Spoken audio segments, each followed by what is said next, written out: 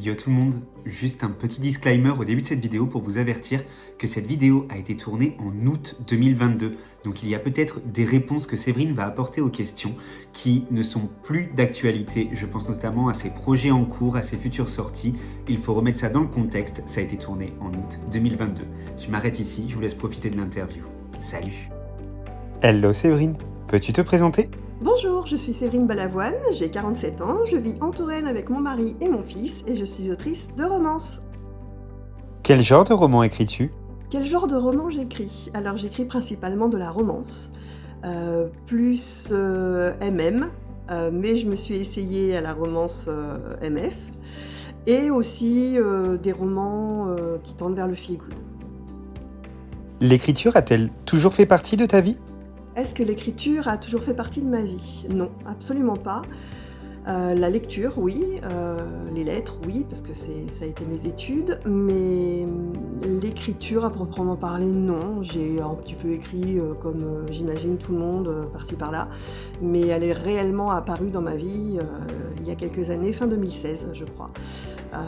Où là, c'est devenu quelque chose de qui a pris beaucoup plus de place et de très important. Comment l'écriture est-elle rentrée dans ton quotidien ? L'écriture est arrivée dans ma vie grâce à Wattpad, en fait. Je traversais une période assez noire, je sortais d'un gros burn-out, j'étais dans une période très très sombre et j'ai découvert les sites de partage d'histoires comme Skyrock ou Wattpad et je suis tombée amoureuse de ces histoires que tout le monde partageait. J'ai beaucoup lu de ces histoires, en particulier des fanfictions. Et puis un jour, je me suis dit que si eux, ils y arrivaient, pourquoi pas moi ? Donc voilà, donc je me suis lancée et je me suis rendu compte que ça m'apaisait énormément, que je pouvais y mettre énormément de mes blessures, de mes failles. Et du coup, j'arrête plus. À quel moment t'es-tu décidée à tenter la publication d'un manuscrit ? Mon premier livre édité était Ne t'arrête pas de parler, chez Rainbow. C'est un novella de 30 000 mots qui a été écrit en 5 jours, le premier jet. En 5 jours, je me suis levée un matin en me disant tiens, je vais écrire sur un type qui est dans le coma. Et on suivra ses proches qui viennent le visiter. Donc j'ai eu cette idée, on devait être le 31 décembre, donc on passe notre journée, je fête le 31 décembre le réveillon du Nouvel An avec ma maman, je lui expose cette idée, qu'elle trouve plutôt rigolote, intéressante. Et puis le lendemain, je m'y mets, ou le surlendemain, et le point de vue qui m'est arrivé n'était pas celui prévu, j'avais prévu d'écrire sous le point de vue des visiteurs, et en fait c'est le point de vue de Norris, le comateux qui m'est venu naturellement et voilà. Et c'est une histoire que j'ai postée sur Wattpad aussitôt terminée et qui a eu un petit succès tranquille. Et une de mes copines m'a dit que ça serait peut-être bien que c'était une très belle histoire et que ce serait peut-être bien que je l'envoie à des maisons d'édition. Donc moi j'avais jamais imaginé envoyer mes histoires. Je connaissais pas du tout le monde de l'édition, j'étais pas du tout dans ce milieu-là, ni le milieu Bookstagram, tout ça, donc pourquoi pas, mais je sais pas à qui envoyer. Une autre de mes amies m'envoie un lien vers le site de Rainbow, je vais voir et je dis bon, je tente le coup. Donc je l'ai envoyé à Rainbow et je l'ai envoyé à une ou deux autres maisons d'édition. Et Rainbow l'a accepté un mois plus tard. Et puis c'était parti. Donc je me souviens avoir pleuré quand j'ai reçu le mail. C'est très émouvant, j'en ai encore la boule dans la gorge rien que d'y penser.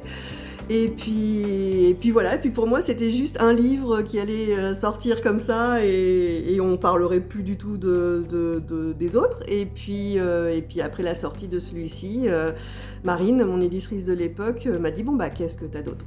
Voilà, et c'était parti. As-tu une routine d'écriture ? J'ai pas vraiment de routine d'écriture. En fait, j'aime écrire le matin parce que chez moi j'ai des lève tard, donc je suis la seule à me lever aux aurores, donc tout est calme. Je me fais mon café, je m'installe et j'écris. Mais ça peut être autant dans le salon, ça peut être à mon bureau qui est enfin prêt, ça peut être à la table de la salle à manger, dehors j'ai jamais essayé. Donc non, pas de routine d'écriture spéciale, j'ai pas forcément... Le silence c'est mieux. Mais parfois, je me pose aussi les après-midi pendant les week-ends ou les vacances devant la télé, ou une émission ou une série, et puis j'écris avec du bruit de fond. Donc voilà, je n'ai pas vraiment de routine d'écriture. À une époque, j'avais pris l'habitude de me lever 1 heure plus tôt le matin pour être sûre d'écrire au moins un peu tous les jours. Et puis en fait, je me suis complètement épuisée à faire ça. Donc j'ai tenu quelques mois quand même, mais je me suis épuisée, donc du coup j'ai arrêté. J'ai été forcée d'arrêter parce que je ne pouvais pas dire à mon employeur « Excusez-moi, mais je suis fatiguée, je ne viens pas travailler ». Donc c'était pas le choix qui m'a rendue plus heureuse, mais il était obligatoire, donc voilà. Sinon, je suis plutôt jardinière, je travaille... je fais un plan au fur et à mesure de mon histoire, au fur et à mesure que j'écris l'histoire. Elle se construit de manière un peu automatique dans ma tête pendant l'écriture. J'ai la fin, bien sûr, je sais comment ça se termine, j'ai le début, j'ai le cheminement que les personnages vont prendre pendant le livre. Mais dès le début, je ne sais pas si mon livre va faire 50 ou 80 000 mots, je ne sais pas s'il va y avoir 20 ou 30 chapitres ou 40, je ne sais pas... Il se peut très bien qu'en plein milieu du livre, un personnage qui n'était pas du tout prévu apparaisse et soit plutôt cool. Voilà, c'est un peu le bordel en fait.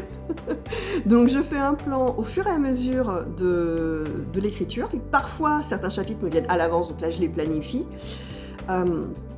Et puis voilà, ça se fait tout seul.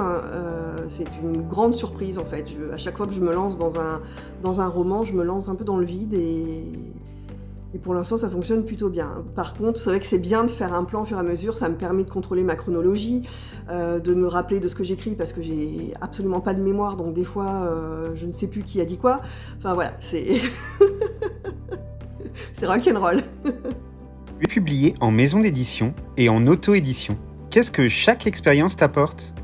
Alors, je publie en maison d'édition et en auto-édition. L'auto-édition a été très longue à venir parce que je ne me sentais absolument pas capable de m'occuper de tout ce qu'il y a à gérer. Rien que les mentions légales, ça me donnait des sueurs froides à l'époque quand on m'en parlait. Donc l'édition en maison d'édition m'apportait justement ce côté tranquille. J'avais qu'à écrire, j'envoyais mon livre, si c'était accepté c'était génial, et puis si ne l'était pas, bon, on passe à une autre. Et donc voilà, il y avait ce côté un peu confortable que je trouve très agréable, et j'ai voulu étendre un petit peu, aller voir dans d'autres maisons d'édition pour voir comment d'autres personnes travaillaient, parce que les maisons d'édition n'ont pas du tout les mêmes manières de bosser sur un livre. Voilà, donc j'ai eu des très belles expériences en maison d'édition et je ne lâcherai pas. L'auto-édition, donc c'est venu grâce à un concours Fixia en fait, sur un concours sur les romances de Noël. Mon livre n'a pas gagné, mais j'ai été sélectionnée pour faire un WordCamp, donc en vue d'auto-éditer via Fixia. Du coup, j'ai fait ce WordCamp, j'ai bien bossé mon livre, et à la fin, on avait l'auto-édition offerte, donc ça s'est fait tout seul.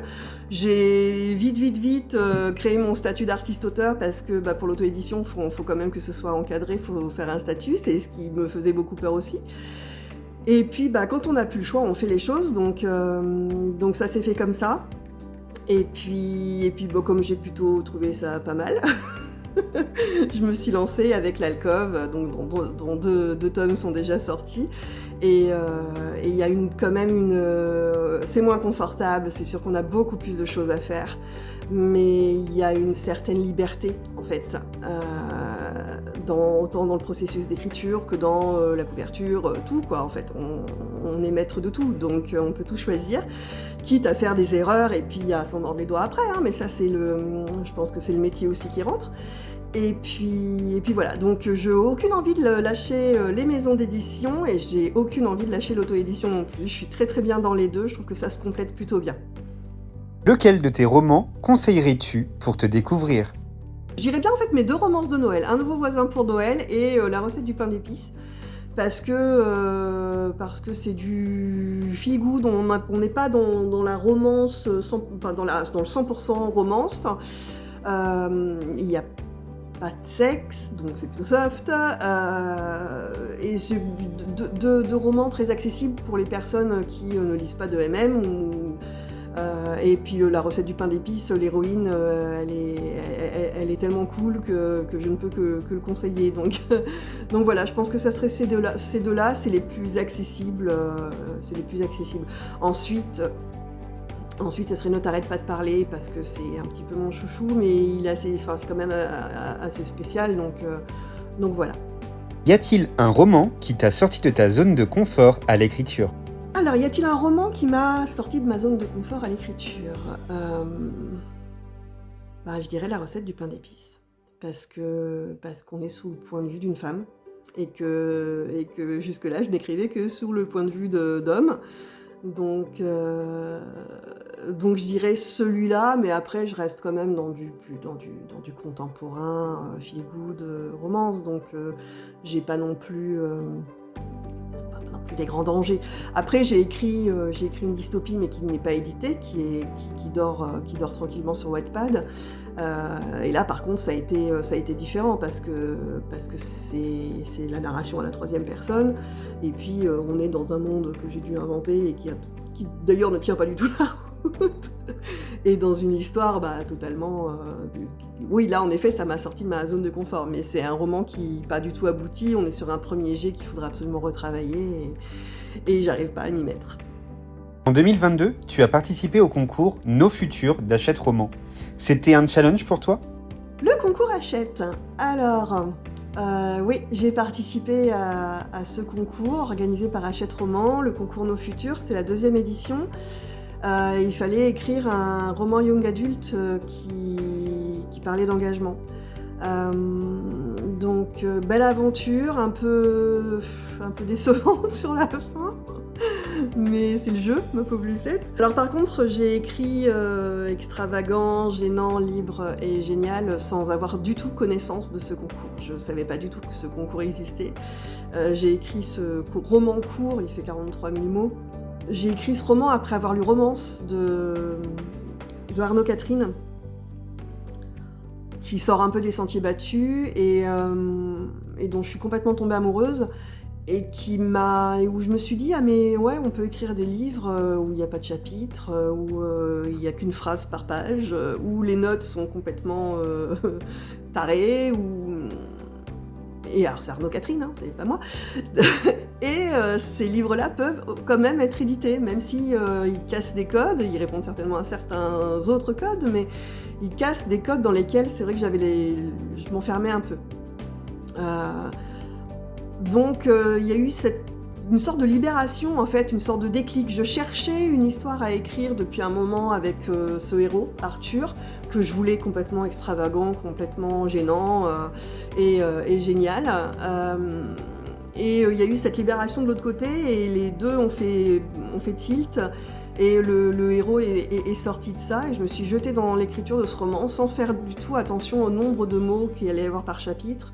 Au nombre de mots final, je m'en fichais royalement. Si c'était un 30 000, un 20 000, je m'en moquais. J'avais juste une histoire à raconter, et sa longueur, c'était le dernier de mes soucis. Il y a des chapitres où c'est que des textos, vraiment quelque chose de totalement différent de ce que je faisais, et de très très facile à écrire, et c'était génial, quoi. Et puis... un jour, je suis tombée sur une publication qui parlait de ce concours, et je me suis dit, c'est marrant, mais ce roman correspond complètement au concours, donc je le finis, et puis je l'inscris, et on verra. Inch'Allah, comme on dit. Donc Donc voilà, donc ça s'est fait comme ça, et puis j'ai inscrit mon livre, et puis j'ai oublié le truc parce que c'était très très long, hein. Bon, il y avait 6 mois d'inscription, de délai d'inscription, donc je l'ai inscrit en janvier, et ça se terminait en mars ou avril, je sais plus, en mars. Après il y avait un mois d'attente, et on devait, si on était sélectionné parmi les 5 demi-finalistes, on recevait un mail. Et ce mail, je l'ai reçu. Je l'espérais, mais je n'y croyais pas. Et puis il est arrivé. Ensuite, il y a eu cette course au vote qui, moi, m'a un peu dézinguée, m'a pris énormément d'énergie, et qui s'est en plus terminée de manière un peu abrupte. Donc voilà, donc la course s'est arrêtée, je suis pas allée en finale, mon roman s'est fait dégommer à plat de couture. Donc, mais bon, je me suis rendu compte quand même qu'il y avait énormément de personnes qui étaient derrière moi. Il y a eu des personnes qui ont même fait plus de pubs que moi pour appeler au vote, et ça a été quelque chose d'incroyable. J'ai toujours été assez négative, je me suis toujours sentie très seule, même si j'ai plein de monde autour de moi. Et en fait, ça m'a vraiment montré qu'il y avait des chouettes personnes dans ce milieu-là, et des amours, quoi. Hein, des personnes que j'oublierai pas. Voilà, et puis donc ce roman est parti maintenant en soumission dans d'autres... à Hachette Roman d'ailleurs. Ils l'ont aimé, je ne vois pas pourquoi ils l'aimeraient pas en soumission. Et il est parti sur d'autres maisons d'édition aussi. Voilà. En fait, c'était une chouette aventure. Vraiment, les concours, c'est pas pour moi. C'est énormément de stress, énormément de remise en question. Et alors moi, la remise en question, c'est quelque chose... je me remets trop en question, je pense. Et ouais, beaucoup de stress, énormément d'énergie. Ça m'a un peu pompé toute mon énergie, là, ces 5 semaines de vote. Et du coup, j'ai un peu tout laissé tomber à côté. Et quand j'en suis sortie, je savais plus trop comment je m'appelais, quoi. Mais bon, c'était une belle expérience. Et voilà, quoi. Il faut vivre les choses, hein, pour savoir si on les aime ou pas. En parlant de futur, quels sont tes projets ? Mes projets, j'ai un roman qui sort dans quelques jours, le 24 août. Donc voilà, donc déjà en projet, il va falloir assurer un peu la promo de ce roman-là, Au cœur des volcans, chez Bookmark. Ensuite, je suis en cours d'écriture du tome 3 de l'Alcôve, dont les 2 héros, Enzo et Arthur, me font beaucoup rire. Ensuite, il faudra que je passe en correction sur un feel-good de Noël que j'espère Bookmark acceptera.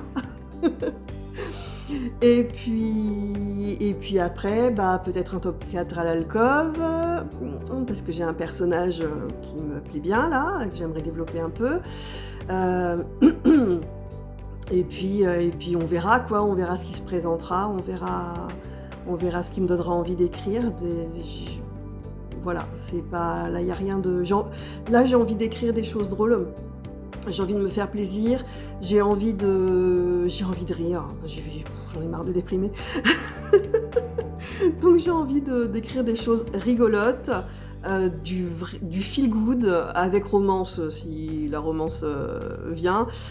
Mais ouais, quelque chose de chouette, quelque chose avec du cheminement, et puis des bons mots, de l'humour, et voilà, et on verra où ça m'emmène, tout ça. Que voudrais-tu dire aux personnes qui te suivent au quotidien ? Que je veux dire aux personnes qui me suivent, eh bien, continuez. Continuez, on va s'amuser. Et puis merci d'être là, merci de faire en sorte que tout ça ce soit possible, merci de me soutenir, merci pour tous vos petits mots quand vous m'en laissez, et si c'est pas le cas, venez papoter, hein, on mord pas. Comme je disais aux enfants au boulot, moi je mange le poulet, je mange pas les gens. Donc voilà, merci, et à très vite.